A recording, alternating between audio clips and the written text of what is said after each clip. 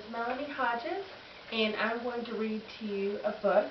It's called The Ambassadors and the Magical Sashes, written by Melanie Hodges. Chapter 1. Congratulations, the letter read. You have been selected to be a star ambassador. Mom! Mama! I yelled as I ran through the house. Son, what is it? Are you okay? Mom asked me as I practically ran into her in the kitchen. How many times am I going to have to tell you not to run in the house? Joshua, you made me think you were dying, and I clearly can see you are not dying. You are just fine. Sorry, Mama. I got a letter to give you from Mrs. Walters and Mrs. Scott. They said I could be an ambassador in 4th grade next year. Well, congratulations, Josh.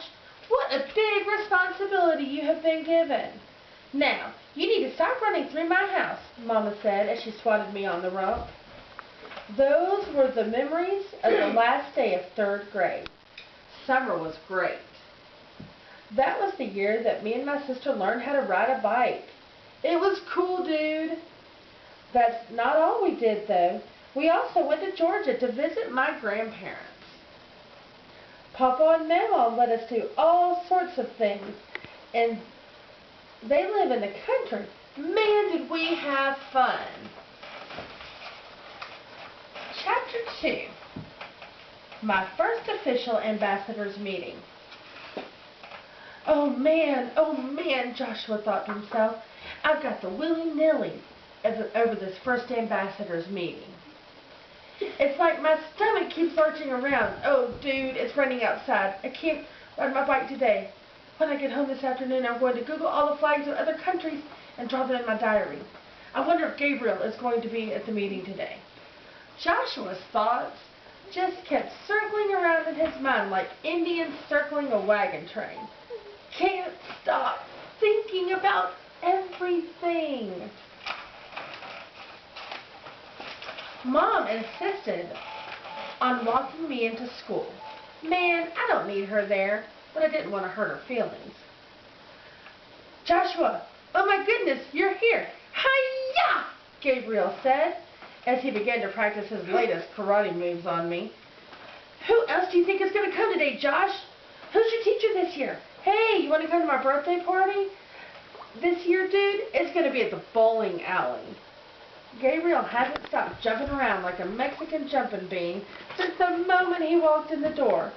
I can't get a word in edgewise, thought Joshua, and that doesn't do much for my willy-nillys. Chapter 3. The Pledge. Joshua sat down with the other selected ambassadors. Gabriel is still flipping around all crazy-like, and good grief, Ryder is sitting over there acting so serious like he has everything under control and is about to pledge his life away. All of a sudden, everyone is standing up. All I heard was blah, blah, blah from Mrs. Scott. She was saying something about a good citizen and something else about being a good example. Uh-oh, I thought. Just follow along and play it cool. I promise to do my best to arrive for duty on time, perform my duties faithfully, report dangerous practices, obey my teachers and school rules, strive to prevent accidents, earn the respect of fellow students, and set a good example. Okay, boys and girls, you have said your pledge. Let's talk about your first official duty as an ambassador, said Miss Walters in that nasally pitch to her voice. Oh, good grief, I can't pay attention with Gabriel over here on all fours meowing like a hungry cat, I thought to myself. I tried to scoot myself a little closer to the front, trying to get away from Gabriel. This coming Friday is orientation day at school, and you have the duty of showing the moms, dads, and students to their classroom. You will greet them at the door and say something like this. Welcome to school. Who is your teacher? Then you can offer to walk them to their classroom. Does everyone understand? "Yes, Miss Walters," the group replied in unison. "Okay, come to the front to receive your sash, children," Miss Scott said. All of the ambassadors lined up to receive their own personal sash. Chapter 4. It's Orientation Day. So I was lying in bed on Friday morning of Orientation Day, and I was a little nervous about greeting the parents at the doors and showing them to their kids' classroom. But there was really something else that kind of freaked me out a little. I remember it like it was yesterday, even though it was several days ago. Miss Scott gave me my sash and helped me drape it over my shirt. When I put it on, the weirdest thing happened. I got this amazingly crazy and tingling feeling that shot from the top of my head to the tips of my toes. I tried to shake the feeling off, but I just couldn't. I really wasn't sure what it was, but then I remembered something else. My friend Gabriel, you know, the Mexican jumping bean, went all calm, cool, and chill on me when he had his sash on. What on earth happened to Gabriel? I'm pretty sure I had never seen Gabriel sit still before. And he was listening to the teachers. Yep, magical sashes, that's what these things were. There's a picture of Gabriel sitting still. Mom and I pulled up at the school, and I was kind of glad Mom was helping with the PTA today, even though I could never let her know that made me happy. In the hall, I ran into Ryder. "Hey, Joshua, you're late. You know you can't be late if you're going to be an ambassador," my friend Ryder said as I hurried through the door to retrieve my sash and take my post. "Mom said that families will start to be here any minute, and I have a job to do." "Well, hello, Christy," Joshua's mom, Melissa, said as some of the PTA parents prepared for Orientation Day. "Can you believe how big our boys have gotten? I think Joshua has grown 6 inches over the summer."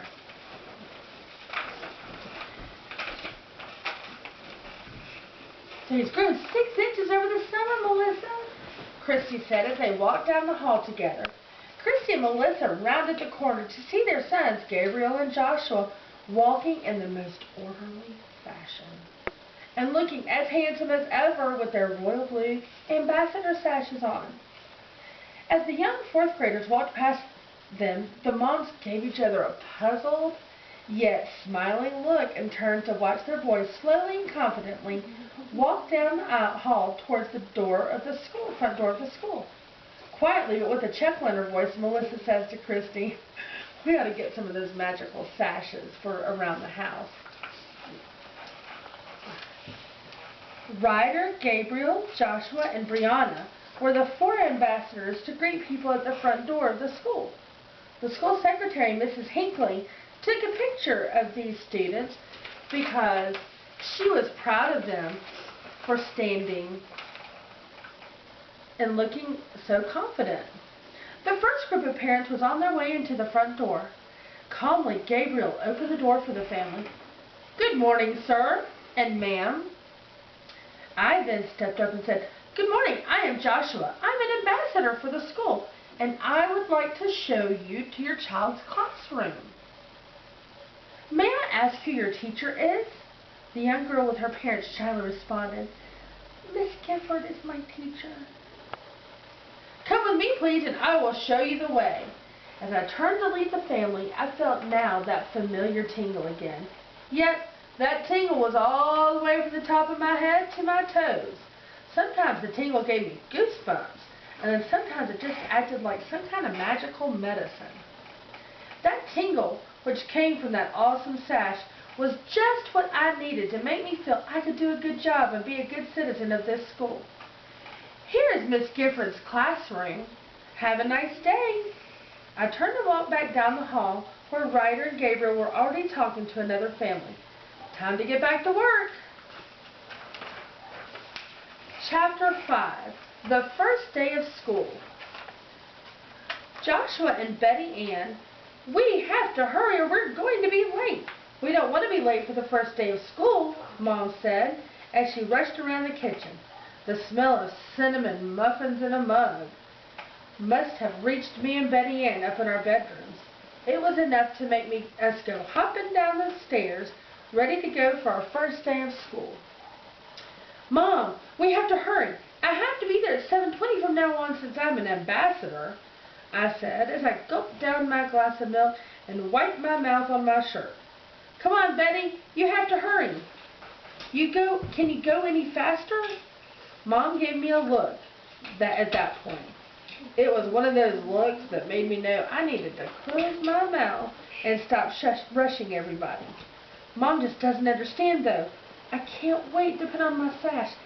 I need to feel that tingle again. Okay, kiddos, out the door, Mom said in her most cheerful voice. Sounds like she isn't quite so annoyed with me anymore, and that's a good sign. When Mom is happy, well, the whole world's happy. Have a good day, Joshua and Betty Ann. I will see you after school, Mom says as she lets them out at the door. I walked with Betty Ann for just a minute, then I ditched her. She's a big girl. She can find her way to her own classroom. Me? I have a job to do, and I wanted to be ready. Good morning, Joshua, Miss Walters said when she saw me in the hall. I need for you to go with Miss Scott to the car riders line. The most important thing for you to do today is to make sure the new students feel welcome, and if you see anyone crying, let me know. What? Crying kids? I didn't sign up for crying kids. Ugh. I walked to the ambassador's closet to pull out my sash.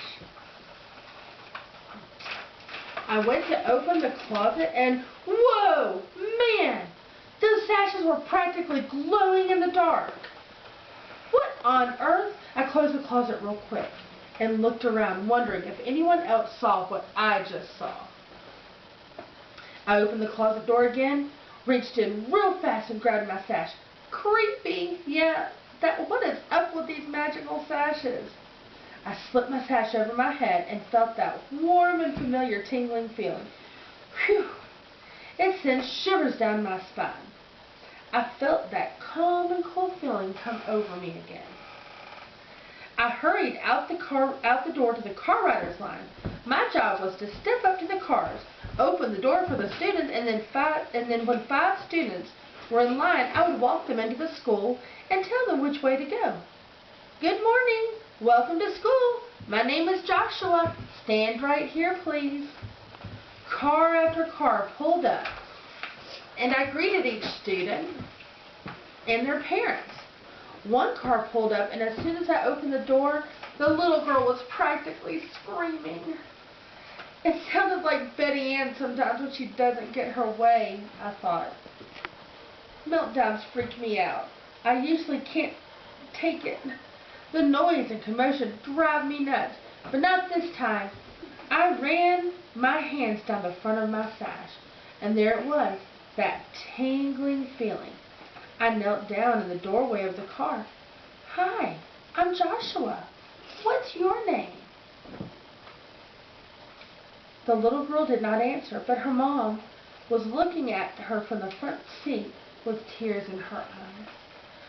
Her name's Marie, and she's real scared, Joshua. Can you help her go to Miss Nicholas's kindergarten class? The mother was clearly as distressed as the daughter. I looked at the mom and I told her, I will take care of your daughter, ma'am. I know just where she is supposed to go. Marie calmed down a little bit and got out of the car and reached up to hold my hand. She reached out and touched my pretty blue sash. After she barely touched it, she jerked her hand back really quickly. I was real amused knowing that Marie felt that special tingle when she touched my sash. Joshua leaned down and whispered in Marie's ear, You can touch my sash anytime, Marie. It's magic, and it will make you feel awesome. Marie smiled back at Joshua and wiped her tears away. She couldn't wait to tell her mom about the magic sash when she picked her up from school. That's a cute picture of Marie writing a note to her mom. Chapter 6 of Magical Days and Ambassador Ways. Me, Ryder, and Gabriel were sitting in the cafeteria one day during lunch. We were talking about the ambassador duties. Here we were in week 3 of school. Every day we had our special duties. Ryder got to walk the flag of the United States out every morning and help raise the flag and then lower the flag every day at the end of school. My official duty was to help the kids in the car rider line. Gabriel, believe it or not, was calm and cool enough to monitor the kids walking in the hallway. Miss Walters told us that we were going to be switching duties soon. I couldn't wait to see where I would be next. Something none of us had ever talked about, though, was our sashes. I often wondered to myself if it might be just my sash that seemed magical. I don't think so, because it could only be special magical powers for Gabriel to slow down and be still, and was convinced that it was the sash that gave Gabriel the power to chill his moving and grooving ways. Reluctantly, I was the first one to speak up about it. Hey guys, do you get real hot when you wear your sashes? Ryder and Gabriel both shook their heads, no. And then Gabriel asked, why? Does yours bother you? You still have to wear it, you know. Mrs. Walters won't let you get away with not wearing it. I know that, you big goober. It's just, I feel, well, never mind, I said as I felt my face get all kind of hot and red. Then, Ryder leaned in real close and wiggled his fingers for Gabriel and me to come closer. Ryder then said, do you get goosebumps all up and down your arms? I mean, like a real shivery kind of tingle that you've never felt before? All I could do was shake my head up and down and gulp that big lump in my throat. Gabriel, who clearly wasn't wearing his sash at the moment, got up on his knees at the table and leaned forward and said, all I know is that every day I feel like my body is jumping around all inside me and I am powerless to stop it. But dude, when I put on my sash, it all goes away. I mean, seriously. My mom jokes around about it being magical and all. Well, that's what she was telling my dad one night anyway. When I have my sash on, I feel like I can conquer the world. At that moment, the cafeteria monitor, Mrs. Frost, walked by and stood over us with her hands on her hips. Man, was she scary. Young man, how should you be sitting? Silent lunch for you if you don't put down your behind on that seat. And for the love of all things good, please be quiet. And so, that is how this school year began. Ambassadors meetings, orientation, and first day of school. All of it was going really well. We were having fun and enjoying 4th grade. You think the first day of school was amazing? I can hardly wait to see what happens on back to school night and at the fall festival. Here's a picture of all the kids running around, and they're going to be at the fall festival, and they got the trees with the changing colors.